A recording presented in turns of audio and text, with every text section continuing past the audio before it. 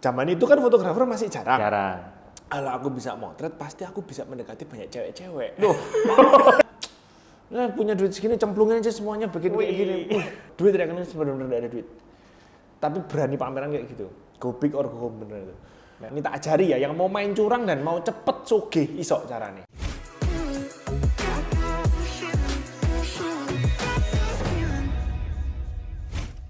Oke, welcome guys di podcast yang episode kesekian. Jadi tema kali ini, bro, thank you banget udah datang ke sini sebelumnya. Mungkin aku langsung aja jelasin ke pembicara kita kali ini atau tamu kita kali ini. Jadi bro, tujuan kita untuk podcast yang di episode ini dengan Bro Maximilian, buat teman-teman yang belum tahu ya. Di sini kita itu temanya tentang Surabaya Art Heroes. Oke. Nah, jadi kenapa kok aku bikin namanya Surabaya Art Heroes dulu? Karena yang pasti aku dari Surabaya yang pertama. Jadi aku ini ngelihat banyak sekali tren sing gini. Banyak seniman, karena kan kita kerjanya bidang seni juga. Banyak seniman di Surabaya itu yang talentnya bagus-bagus. Tapi jarang yang ngangkat ceritanya. Padahal menurutku nggak kalah inspiratif dengan dari kota lain ataupun negara lain. Setuju. Jadi banyak talent-talent yang menurutku berbakat banget, tapi kayak hidden gem gitu loh. Hidden gem ya. Banyak yang nggak tahu, sayang banget. Dan Oke. itu tujuanku sih sebenarnya ngadain podcast ini sekaligus buat kita sharing-sharing juga, Siap. sama buat nginspirasi teman-teman. Siapa tahu bisa dapat inspirasi dari obrolannya kita, dari pengalamannya kita yang kita share nanti ini. Atau Kayak malah gitu. emosi mungkin ya. boleh emosi, emosi semangat maksudnya ya. Gitu ya. Positif sekali Anda. Gitu guys. Nah, jadi mungkin sebelumnya aku perkenalin dulu guys buat teman-teman yang belum tahu.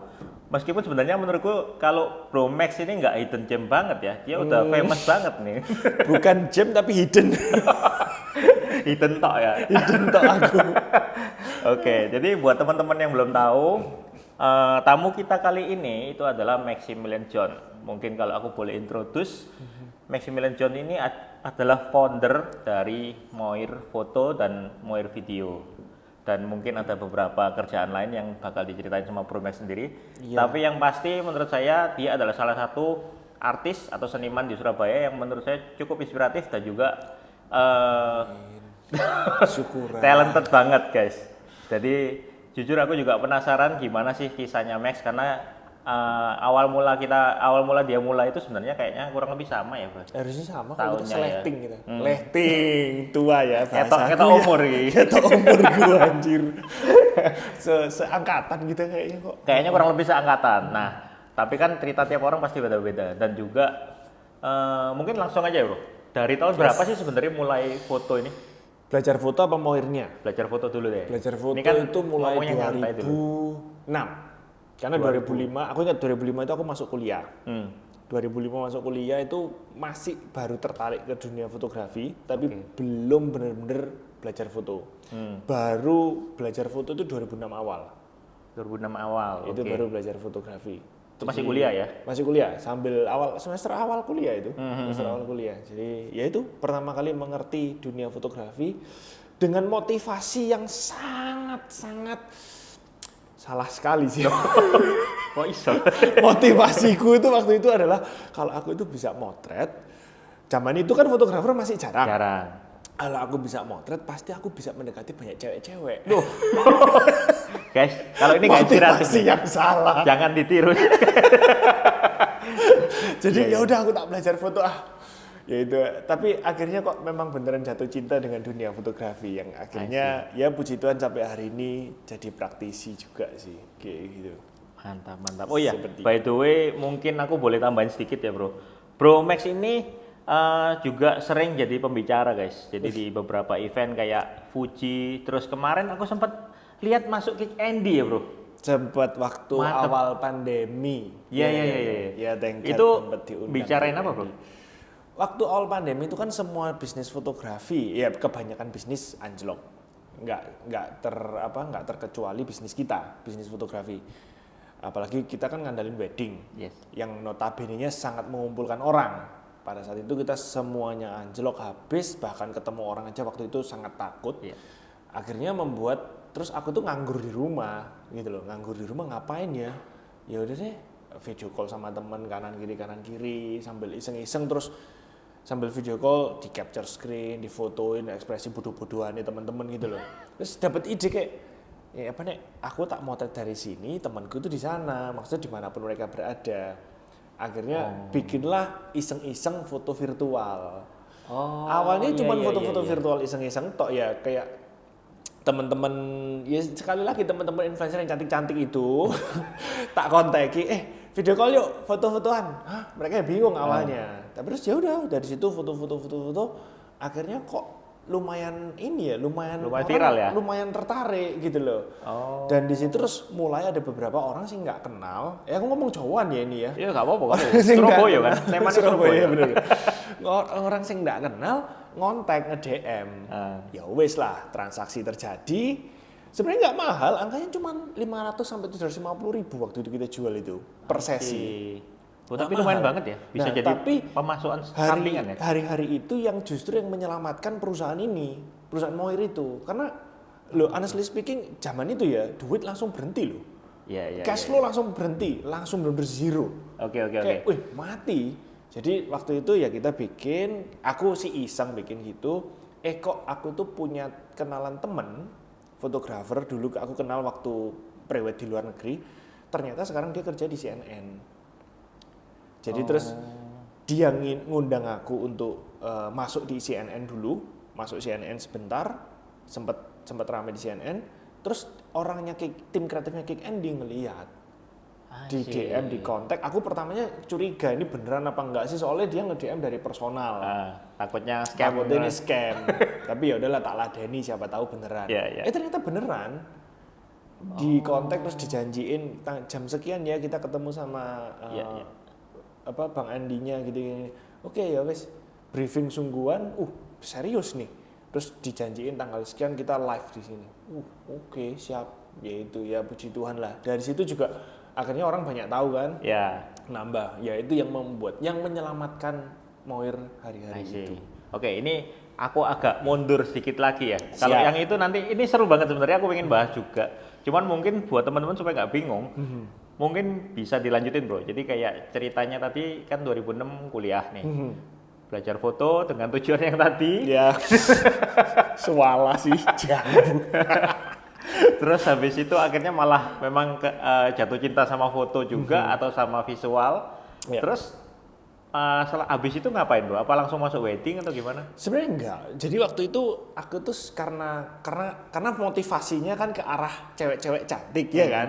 Otomatis kan genre fotografi yang dipelajari itu adalah genre fashion. Enggak wedding. Bener. Dan idealisnya anak kuliah, aku pengen motret fashion nih, pengen komersil nih, pengen yang iklan-iklan di billboard, idealisnya anak kuliah. Oke, mendalami dunia itu. Tapi kan sambil mendalami dunia itu, ya kebetulan keluargaku sih dibilang cukup, tapi nggak yang sampai berlebihan gimana. Jadi di samping aku kuliah, aku juga sambil jualan asuransi waktu itu, sales insurance. Sempat juga nyambi. Sempat nyales insurance dan tanya ke teman-teman, aku nih punya kamera, aku bisa bantu atau cari job-joban apa. Kebetulan ada salah satu senior namanya Anthony, dia salah satu guru yang ngajarin aku motret juga, yang kalau nggak ada dia sebenarnya hari ini aku juga nggak bisa ada di sini sih. Gitu. Jadi sama dia diajakin nge-freelance. Ayo freelance yuk ikut aku. Ya pertama nih cuman bantu megang lighting kayak gitu, bawa tas, terus dia tanya, kamu punya kamera apa? Lensanya nggak bisa dipakai ya, tak pinjemin lensaku wes, ayo motret ini. Wes, belajar motret kayak gini pokoknya caranya. Ya wes motret pelan. Akhirnya ya itu, terus kok dia dapat free kan, dari freelance dapat free. Akhirnya mulai menyenangi dunia wedding juga karena makanannya dari situ. Gitu loh. Duitnya dari situ. Akhirnya lari ke situ. Ya udah. Tahun berapa, Bro? Ingat itu 2000 antara 2007, 8, 2009 kira-kira. Itu tapi udah dengan nama Moir atau ada nama lainnya? Belum, karena waktu itu masih kuliah, terus kayak nggak kepikiran untuk buka sendiri apa segala macam. Dan itu 2000, yang rame freelance pokoknya aku 2007, 2008 itu rame freelance. Nah 2008 akhir aku tuh bilang sama Anthony, aku habis ini lulus kuliah, makanya Koko sih kan. Dia lebih tua memang. Kok aku habis ini lulus kuliah, aku sih rencana pingin ke Jakarta karena passionku itu di dunia komersil gitu loh sebenarnya. Iya. Portrait tour, komersil, fashion gitu. Ya dia ngomong ya nggak apa-apa Max, ya kejaran lah gitu loh. Ya wes, cuman ya kamu mesti mikir loh ya di Jakarta juga kan nggak punya siapa-siapa, ya, kenalan apa segala macam kayak gitu. Dari situ ya wes lah coba lah, maksudnya pertama nyoba gitu. Tapi terus waktu mau ke Jakarta juga ya aku sempat magang di Jakarta kan. Iya, di Cherry Aurum.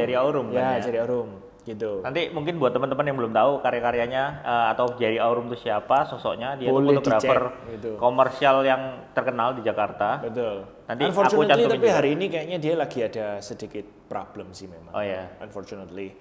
Tapi dia sangat inspiratif. Sangat Salah inspiratif, satu orang bener, penting dalam hidupku yang sampai hari ini aku nggak akan pernah ngelupain jasa orang itu gitu loh. Iya, peranannya cukup besar. Peranannya besar sekali. Aku magang di dia.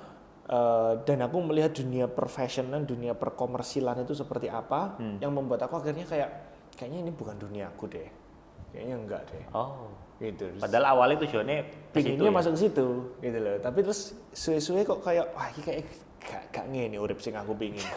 Karena memang hidupnya, ya kita ngomong fair ya, hidupnya bebas, banget bebasnya, gitu loh. Ketemu siapa, ketemu ini, ketemu itu. Apa ya, kayak perpolitikannya, dalam semua bisnis ada politiknya, perpolitikannya, perputaran uangnya, relationship-nya, terus cocok.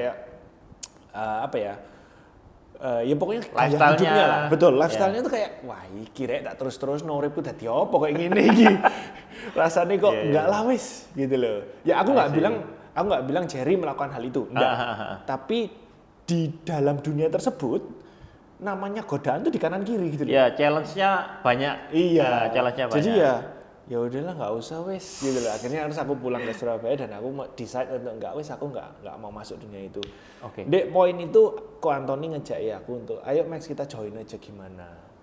Gitu. Nah ini sebenarnya mencakup pertanyaanku yang selanjutnya sebenarnya tadi. Tadi aku pengen tanya, kok milih ini wedding akhirnya? Ternyata jawabannya dari situ. Dari situ. Gitu. I see. Nah.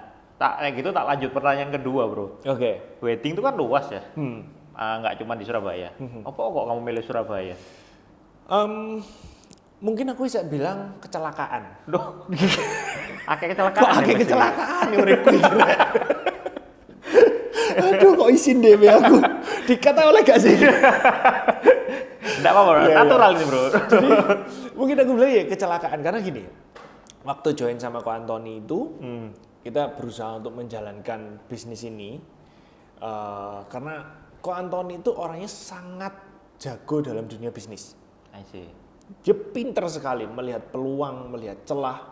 Dia pintar sekali dan sampai hari ini pun ya karena ini walaupun hari ini aku nggak tetap join sama dia ya, tapi aku tetap masih respect gitu loh.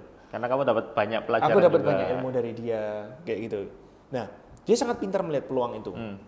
Nah, di hari-hari itu aku tahu bahwa powerku adalah aku tuh jago nge-branding. Aku tuh jago jualan. Gitu loh. Jadi kita berdua itu sama-sama mengakui bahwa oke, Koko tahu peluangnya, Koko tahu bisnisnya, Koko tahu bagaimana masuk di sela-sela marketnya. Aku tahu cara nge-brandingnya, aku tahu cara jualnya. Kayak gitu. That's why di momen-momen itu waktu kita benar-benar join, benar-benar kita buka. Awalnya kita sewa, ya kan, sewa ruko itu. Terus kita mulai merebranding nama company-nya waktu itu. Banyak teman-teman itu yang was-was katanya aku nggak tahu bener apa enggak. Tapi was-was kenapa? Was-was tuh karena gini, mereka merasa bahwa, wih si Antoni ini motret jago, ngelihat market jago, Max ini motret bisa, ngelihat branding bisa. Wah ini jadi saingan berat apa ini ya, gitu loh. Ya. Banyak yang sudah ketakutan kayak gitu dulu. Tapi ya nampaknya Tuhan berkehendak lain waktu itu. Kita berdua punya visi yang berbeda.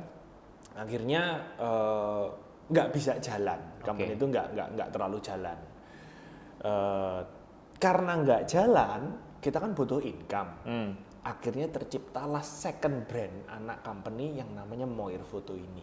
Oh, jadi awal mulanya malah second ini brand. Adalah second brand anak tiri Moir ini. Oh. Sebenarnya kayak gitu. Jadi diciptakanlah Moir sebagai second brand untuk menembak market yang lebih bawah. Seperti itu.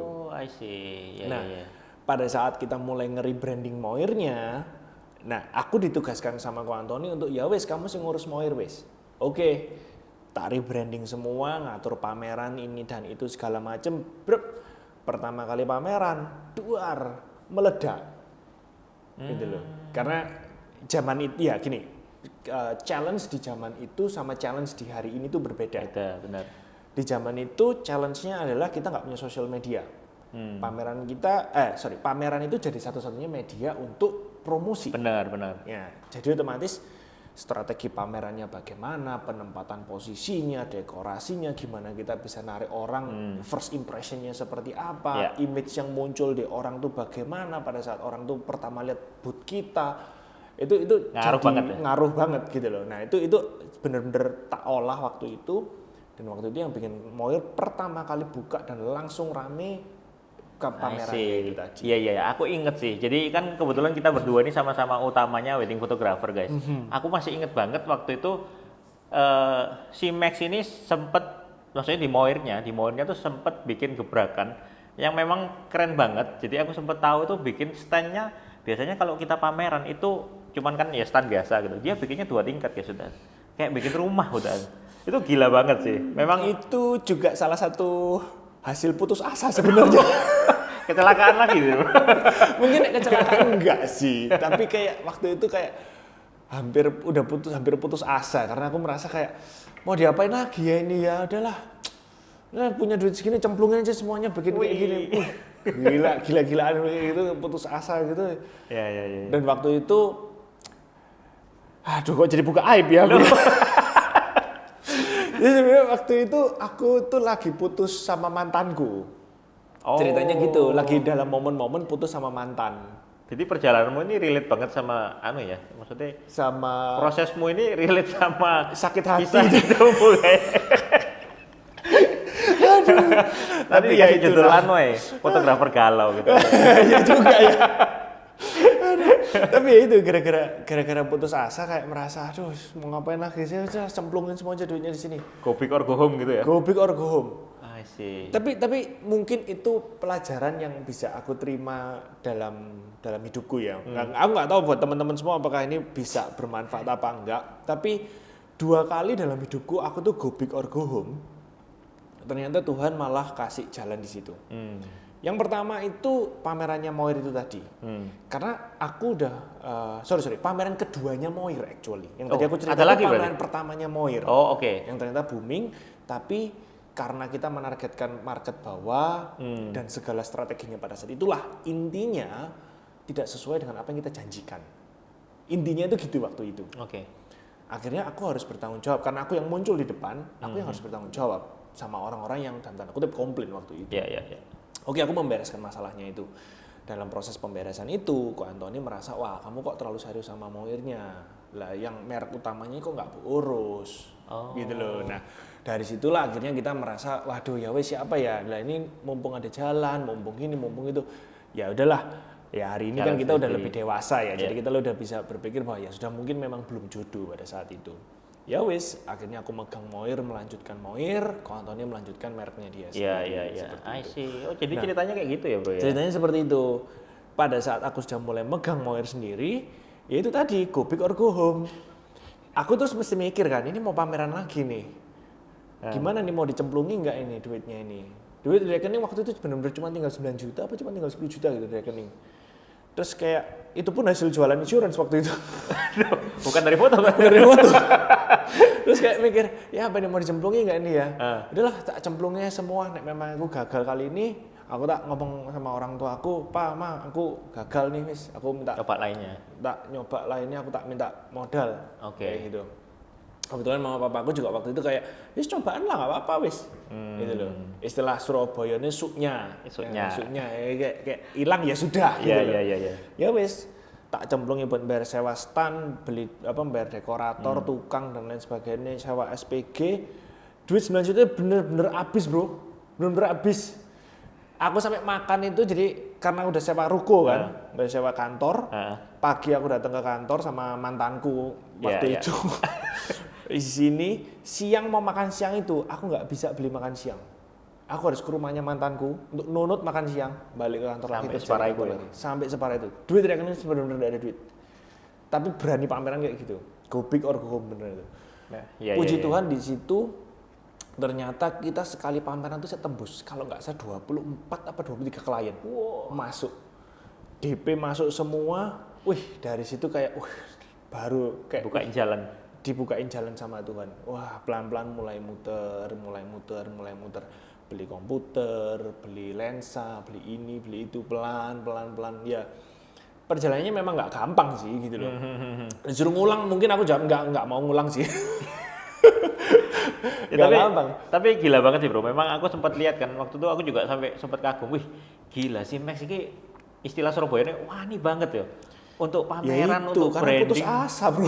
The power of kepepet memang The power of ajaib kepepet ya? Itu memang ajaib.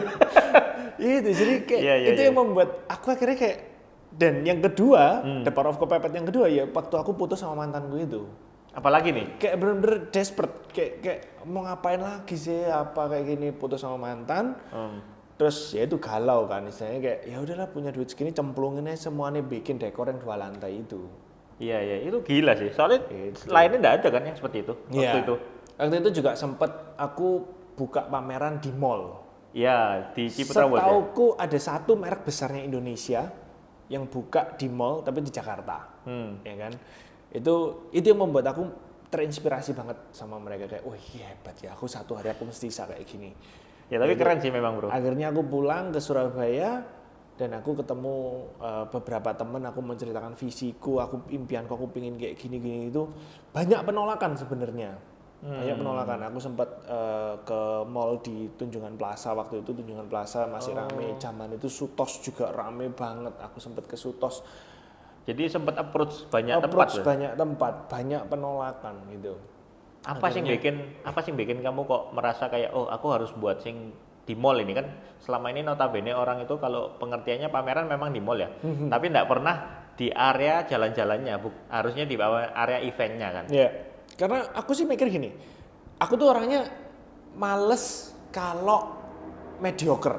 Mediocre tuh bahasa Indonesia biasa-biasa wae. Aku tuh males biasa-biasa wae. Jadi aku kalau disuruh pameran yang biasa-biasa itu ya sudahlah wis hanya sebatas kayak melok ae wis gitu loh. Tapi sebenarnya aku tuh males kayak untuk disuruh biasa-biasa ae. Jadi aku selalu berusaha untuk mencari apa yang beda yang belum pernah dilakukan orang.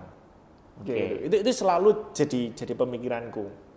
Yang akhirnya terus kayak ya zaman itu belum ada nih pameran di mall yang sendirian, yang bukan cuma di tengah-tengah di pulau-pulau itu atau di pameran yang di area yang memang bareng-bareng ya. Tapi yang benar-benar di booth-nya, masuk di stand booth-nya. Iya. Ya wis akhirnya. Dan ternyata memang berhasil ya. Ternyata berhasil.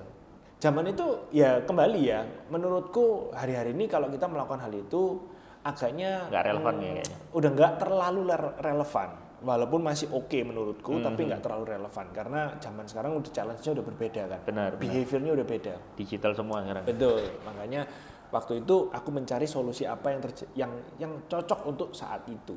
Ya kayak gitulah kira-kira. Aku nggak nyangka sih, maksudnya ceritanya ternyata perjuangannya kayak gitu ya, dan perjuangannya lumayan, dan kepepetnya sampai kayak gitu. Iya, berdarah-darah bro. Tapi keren sih bro, aku cukup salut soalnya jujur. Terima kasih. Kan dari lama kita juga kan sebagai, maksudnya kita sama-sama kompetitor, tapi aku nggak pengen. Nah, salah satu tujuan dari podcast ini sebenarnya aku juga pengen nunjukin ke teman-teman kalau meskipun bidang pekerjaan kita sama, tapi kita bisa saling sharing kayak gini. Yes. Kita bisa saling sharing supaya malah standarnya Surabaya ini jadi lebih bagus lagi. Betul. Bukan malah kayak kita simpan-simpan rahasia. Betul. Kayak gitu. Betul. Dan jujur aku memang cukup salut dengan kayak selain dari karya-karya ya, tapi juga cara-caramu dalam membranding itu menurutku cukup amazing dan berani banget. Terima kasih. Karena jarang sih berani sampai kayak gitu. Aku pun mungkin pada saat itu dikasih pilihan yang sama, belum tentu juga kayak gitu. Iya juga ya. Mungkin aku terlalu nekat mungkin ya. Tapi bener lah. Gak mikir. The power of kepepetnya itu loh. Iya, keren. Nah, misalnya boleh tahu nih bro, aku lihat kan kamu inspiratif banget dan banyak melakukan sesuatu yang kadang di luar daripada umumnya nih. Ada nggak sosok-sosok yang inspirasi kamu nih, Max? Di dalam Sebenarnya selama sosok-sosok perjalanan. yang inspirasi aku itu nggak jauh-jauh dari circle di dalamku. Yang pasti nomor satu ya orang tua ya. Oke. Orang tua, papa sama mama itu sangat sangat menginspirasi, itu pastinya, karena aku bisa bilang, dan aku ngomong fair-fairan apa adanya ya. Dalam keluarga itu kan punya dinamikanya sendiri-sendiri. Wes. Cok, Berat ini. Keluarga aku bukan keluarga yang sempurna. Oke. Gitu. Papaku, aku berani bilang papaku bukan seorang bisnismen yang sukses. Tapi dari beliau aku belajar apa yang tidak dilakukan dalam berbisnis. Mamaku adalah seorang pemimpin yang luar biasa, walaupun dia seorang wanita. Tapi dia tetap bisa respect sama suaminya. Oke. Dari dia aku belajar bagaimana memimpin. Bukan dengan membuat orang lain merasa takut, tapi membuat orang merasa hormat. I see. Dari dua orang itu. Kalau dari orang lainnya, mungkin bisa aku bilang dalam beberapa momen tertentu ya, aku respect sama ya Ko Antoni tadi, karena kalau nggak ada Ko Antoni juga aku nggak bisa belajar, aku juga nggak pernah terjun di dunia ini, aku nggak bisa sampai hari ini. Jerry Aurum juga salah satunya, walaupun dia kemarin sempat kena kasus, aku pun sempat nyambangi dia, kayak gitu. Jadi lalu siapa lagi ya? Sebenarnya orangnya circle-nya nggak orang-orang di sekitar, orang-orang sekitar malah sebenarnya, karena orang luar, kalau orang sekitar itu kita tahu kelebihan dan kelemahannya. Nangkep ya? Aku tuh lebih gitu. Aku nggak mengidolakan orang luar, artis Indonesia atau artis luar atau fotografer Indonesia, fotografer luar, enggak, karena kalau melihat sosok mereka, kita hanya melihat sosok lebihnya saja. I see. Kita nggak melihat sosok lemahnya. Padahal orang itu diuji pada saat dia lagi di posisi lemah. Gimana kamu merespon masalah, gimana kamu merespon situasi pada saat kamu lagi ditekan orang, lagi ditekan masalah, itu yang membentuk karakter orang. Benar. Nah, setuju. itu yang membuat aku tuh semakin respect dengan orang dan terinspirasi dari orang-orang yang justru kena masalah, bukan yang sukses-sukses tok lah. Iya. Kayak gitu. Ya karena kan kayak ada pepatah ngomong kayak kalau kamu pengen dapetin diamond ya itu pressure dan lain-lainnya itu harus tinggi, baru bisa jadi yang bagus kan. Betul. Itu sih. Keren banget guys. Sih. Nah kalau boleh tahu nih, dalam nih bicara nih, wise. Suami pendeta loh. Oh ya, nanti ini sesi lain berarti mungkin boleh diundang ya. Kita sama doa dulu. Ceru. Nah tapi pada saat itu bro, berarti masih mau foto doang ya? Pada saat itu masih mau foto. Belum ada video ya? Belum. Video itu mulai muncul kira-kira 2018-19an. Tapi oh ya ini satu lagi, pada saat itu zaman sekarang kan udah banyak banget ya bro, namanya orang fotografer wedding itu pasti banyak yang ada, kalau misalnya ada tim ada yang namanya associate. Nah pada saat itu apa udah ada associate atau kamu masih sendiri? Sudah ada associate, betul gitu. Jadi aku mulai ada associate itu sebenarnya mulai 2011-2012 itu udah ada associate sebenarnya. Oh udah langsung? Udah langsung ada associate, cuman pada saat itu tren untuk menjual nama fotografer instead of nama company-nya itu belum terlalu booming gitu. Oh, jadi belum muncul ya nama by siapanya itu belum muncul. Semakin ke sini kok semakin ke sana. Maksudnya makin ke sekarang kok makin apa, orang-orang tuh makin menjual sosok atau karakter dari seorang fotografernya. Which nggak salah sih menurutku gitu loh. Ya memang namanya, apalagi dalam dunia fotografi kayak kita gini, seorang fotografer itu peranannya sangat besar. Benar. Bisa dibilang kerjanya hampir individual. Apalagi di Surabaya bro. Apalagi Surabaya ya kan. Jadi ya nggak salah kayak gitu loh. Mau jual nama perorangannya nggak salah, ya memang kayak gitu. Marketnya jadi seperti itu sekarang ini. Berarti intinya dari pas kamu jalan itu sambil adapt juga ya? Sambil adapt, betul. Lihat sikon, pada saat sikonnya mengarah ke sini juga kita adapt juga kayak gitu. Betul. Ya? Aku tuh ya itu tadi lah, banyak kecelakaan dalam hidupku, ya kan. Aku mengakuinya karena aku memang manusia biasa dan aku orang yang belajar dari kesalahan gitu. Benar. Aku tuh pinter ngelihat talent. Aku bisa ngelihat talent. Aku tahu kelebihanku. Tapi aku nggak terlalu pinter lihat karakter. Itu kejelekanku. Oh. Gitu. Jadi aku bisa tahu seseorang ini, oh ini bagus nih. Aku bisa branding dia, aku bisa bentuk seperti ini, aku bisa jual kayak gini. Dan jadi kamu pinter ngemas gitu ya. betul. Dan aku cukup pede bilang ya, beberapa dari associate-ku walaupun sekarang sudah nggak bareng sama aku, waktu tak branding berhasil. Gitu loh. Setuju. Ya sudah berhasil jalan sendiri. Ya sedih sih memang, Bro. Sedih memang. Aku coba apa aku. Ya namanya anak zaman sekarang ya, Bro ya. Iya, Bro. Ya itu memang kelebihan dan kelemahanku gitu loh. Makanya terus mulai belakangan ini aku pun juga belajar dari kesalahan-kesalahan juga, terus belajar dari orang yang lebih pintar dari aku juga. Iya.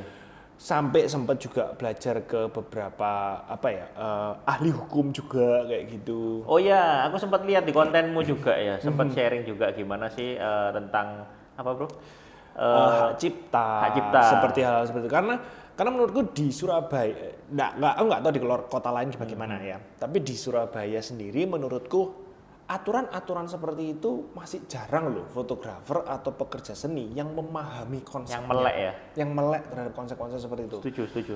Hari ini aja, kalau kita mau main curang, ini tak ajari ya, yang mau main curang dan mau cepet sugih iso caranya. Oke. Kamu tuh bahkan bisa mematenkan hasil karyamu. Oke. Nah kalau orang lain melakukan hal yang mirip-mirip, loh berarti kan kamu bisa nuntut orang itu toh. Iya. Nanggep kan? Nanggep. Tapi menurutku ya itu cara pengecut aja sih. Iya. Ya kamu mau sugih ya bisa, tapi musuhmu akeh langsung. Iya, benar. Nah, ya, gitu. edukasi kayak gitu itu sing aku harap lewat podcast ini siapa tahu nanti teman-teman bisa juga semakin melek gitu loh. Karena setelah terjun dunia foto, nggak tahu kalau aku salah tolong benerin ya, Bro. Setelah terjun dunia foto ternyata bisnis foto itu nggak melulu tentang skill kan? Betul. Iya kan? Malah aku berani bilang skill mungkin nomor sekian sih. Benar. Masih banyak faktor-faktor lainnya banyak sekali faktor harus lain. kita perhatikan kalau kita dari sisi owner bisnisnya. Yeah. Kalau cuma freelance sih ya mikir karya aja nggak masalah ya. Iya, betul. Iya. Gitu. Selain bisnis, selain dari hukum, Bro, apalagi sih kamu kulik-kulik mungkin yang bisa di-share ke teman-teman sini juga. Soalnya aku sering lihat, jujur guys, si Max ini terakhir aku lihat bener-bener super aktif sih. Jadi aku melihat di mana-mana, we. Aku buka TikTok ada Max, aku buka Instagram ada dia, aku buka YouTube juga ada dia. Jadi nggak bisa lepas nih guys, makanya harus diundang nih. Enggak. Sebenarnya itu nggak jauh dari gini loh. Setelah menikah, ya kan, apalagi setelah punya anak, pastilah cara berpikir kita berubah, ya kan, behavior kita berubah, kebiasaan berubah, semuanya harus berubah. Nggak bisa dipungkiri juga termasuk kebiasaanku dan cara berpikirku, yang akhirnya memaksa aku pun untuk aku nggak bisa kalau aku harus seperti ini terus, gitu loh. Aku mau motret, mau sampai tua motret, aku bisa kok. Mau maksain terus bisa aja. Sampai hari ini pun juga. Ya puji Tuhan jadwal keliling-keliling tahun ini juga udah rapat gitu loh, udah padat merambat. Tapi ya itu kembali lagi, mau sampai kapan? Aku mau keliling-keliling kayak gini terus. Anakku tiba-tiba aku pulang dipanggil Om nanti. Om Max. Ya aku ngerasain juga sih itu, Bro. Ya kan kamu masih juga mulai berpikir ke arah sana. Benar. That's why akhirnya lambat tapi pasti aku harus masuk ke dunia social media, content creating. I see. Itu personal reasonku, aku harus masuk ke dunia itu. Yang lainnya aku harus masuk ke dunia edukasi. Tak rasa sama seperti yang kamu pikirkan, ya kan? Karena ya honestly speaking, jujurly kalau bahasa sekarang kan jujurly ya. Yeah. Ya ngomong apa adanya aja, ya kita harus berpikir tentang kelangsungan hidup. Benar. Ya kan? Setuju. Passionku di sini, duniaku di sini, aku mengerti dan mengenal dunianya. Ya aku nggak usah sok-sokan lah bikin bisnis di tempat lain. Ya aku berusaha menggali dari lahan yang sudah aku kenal aja gitu loh. Setuju itu banget. Aja sih nggak jauh-jauh sih pemikiranku, simple aja. Ya. Tapi kan gini bro, ya ini kita sharing ya sama-sama pengalaman di misalnya bidang content creating. Content creating ini kan setelah kita masuk ternyata hal yang cara mainnya dan cara sistemnya cukup berbeda jauh dengan yang biasanya kita lakuin kan. Betul. Belum lagi duitnya ternyata nggak enak amat. Iya. Setuju. Effortnya kenapa gede. kita buka aib di sini sih?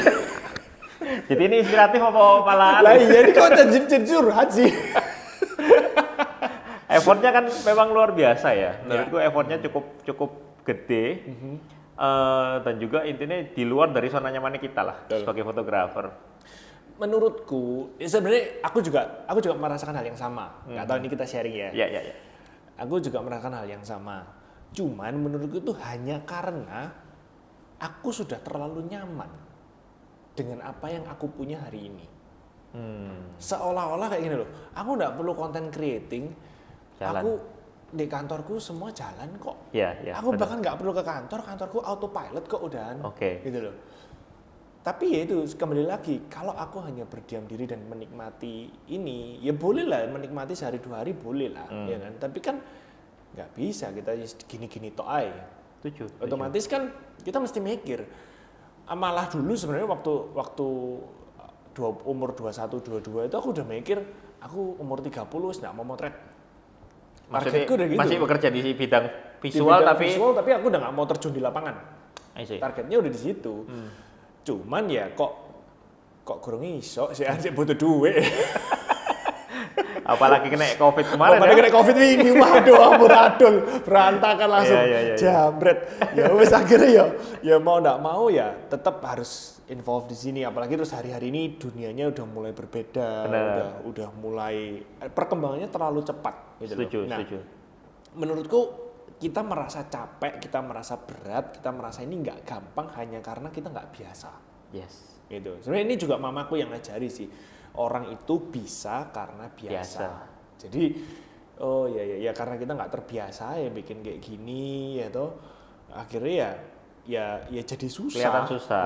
Jadi berat untuk startingnya itu berat. Tapi cuman, begitu udah dipaksa begitu dijalani. kamu memaksa dirimu dewek, ya kan? Ya harusnya ya akan jadi bisa gitu loh, karena ya wis ngono kuwi aja kudu ngono iku gitu loh. Dan aku lihat kan hari-hari ini banyak sekali fotografer yang mulai terjun dari seorang content creator yang awalnya aku lihat itu ingat nggak fotografer zaman dulu orang Surabaya terus dia pindah ke Jakarta namanya Glenn Prasetya. Ya, oke. Ingat banget. Ingat kan? Nah, itu kan senior kita tuh. Iya. Hari ini dia masih aktif konten loh, masih aktif motret loh. Yes, itu salah satu juga yang bikin aku inspirasi untuk podcast ini sebenarnya. Oke. Karena aku sering ngikutin dia dan aku lihat dia rajin konten. Betul. Tapi aslinya dia itu Surabaya. Iya betul. Dia asli Surabaya. Jadi di sini saudaranya dia itu satu gereja sama aku di Jakarta. Gitu. I see. Jadi itu yang membuat aku sih nggak kenal sama Glenn-nya.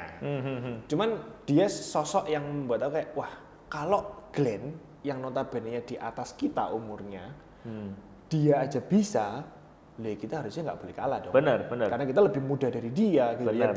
Bukan menghina Glenn ya, sorry. Enggak ya, tapi justru itu yang memicu nyemangatin kita. Gitu loh. Iya, sikap setuju. Mereka, bagaimana mereka berjuang itu malah jadi inspirasi buat yang buat udah aku, jauh lebih sukses dari kita aja masih mau adapt. Mau gitu loh. Masa kita nggak bisa? Masa kita nggak mau? Ya, gitu loh. setuju. Itu yang membuat aku kayak wah hebat, orang ini hebat. Aku mesti bisa kayak dia. Kayak gitu. I see. Glenn salah satunya. Salah duanya Salah 8 berarti ini. Duanya Govinda Rumi. Govinda, yes. Govinda, dia kan konten creatingnya jago banget, storytellingnya jago sekali. Kelebihannya dia memang, ya dia punya kelebihan di area situ. Jadi ngeliat kayak, oh ya orang ini jago di sini, pintar di sini. Jadi kayak, wah orang ini juga inspiratif sekali. Benar, gitu. setuju. Bro, gitu. Kalau kamu lihat ini mungkin bisa nanti datang ke podcast kita.